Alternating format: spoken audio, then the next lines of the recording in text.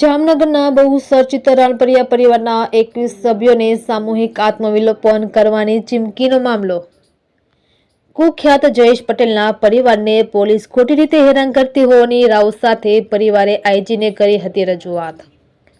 જો અરજી મુજબ કાર્યવાહી નહીં થાય તો 31 ઓક્ટોબરના રોજ 21 સભ્યોએ આત્મવિલોપનની આપી હતી ચીમકી।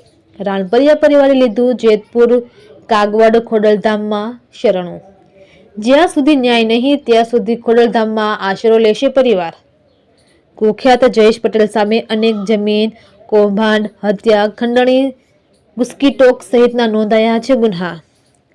વકીલ કિરીટ જોશીની હત્યા બાદ જયેશ પટેલ વિદેશ ભાગી ગયો। હાલ લંડનમાં જયેશ છે ન્યાયિક હિરાસતમાં।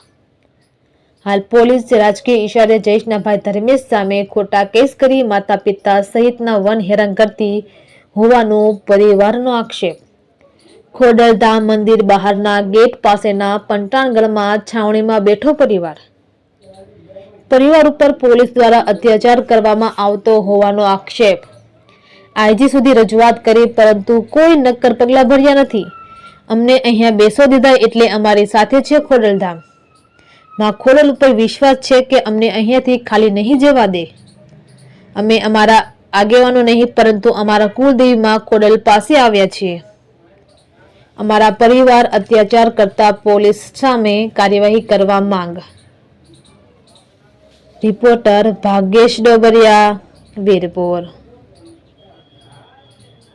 બેન, આજે ખોડલધામના પાર્કિંગમાં ઉપવાસ આંદોલન કર્યું, શું માંગ છે અને શું તમારી રજૂઆત છે?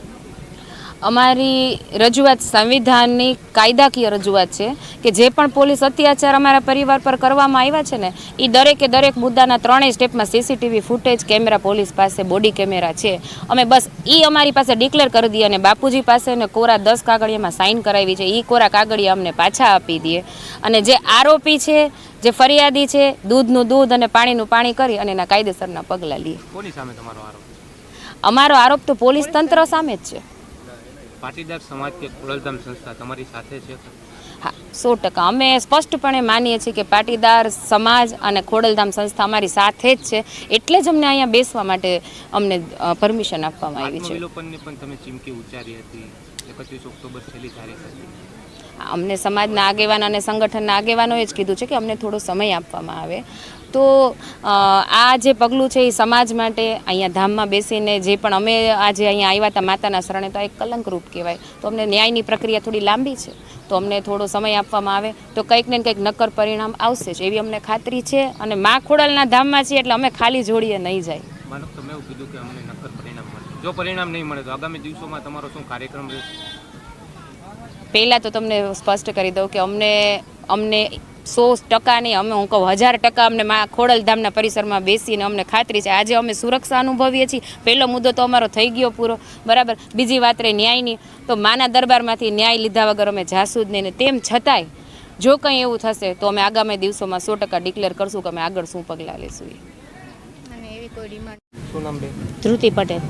બેન, તમે આજે ખોડલધામમાં આવ્યા છો, શું રજૂઆત છે? શા માટે ધરણા કરવા માટે આવ્યા છો?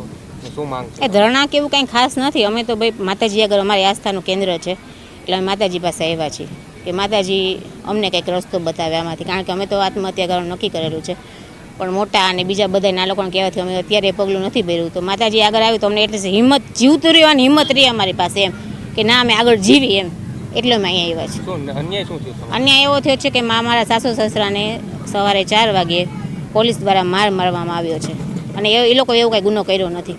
કોના કહેવાથી આવું બધું થતું હોય? એટલે અમને તો એમ છે સાંસદના કહેવાથી આ બધું થાય છે। સાંસદ સાથે તમારી કોઈ દુશ્મની? ના, અમારી કોઈ પર્સનલ દુશ્મની સાંસદ સાથે કંઈ છે જ નહીં। તો શા માટે આવું છે? હવે એ તો સાંસદને જ ખબર પડે કે શું કામ એવું કરાવે છે, તમે ત્યાં જઈને પૂછો એને। તમારા પતિ પણ ક્યાંક તો જેલમાં બંધ છે, એ હા, આખી ઘટના છે?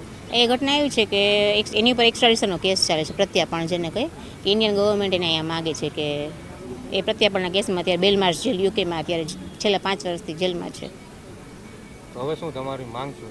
અમારી ડિમાન્ડ એટલી જ છે કે અમારા મા બાપને ત્યાં જઈને માર્યા હતા એટલીસ્ટ એ પોલીસવાળાના નામ જાહેર કરો, પછી આગળની જે લીગલ પ્રોસેસ થતી હોય એ પોલીસ ફરિયાદ કરે કે જે કરે।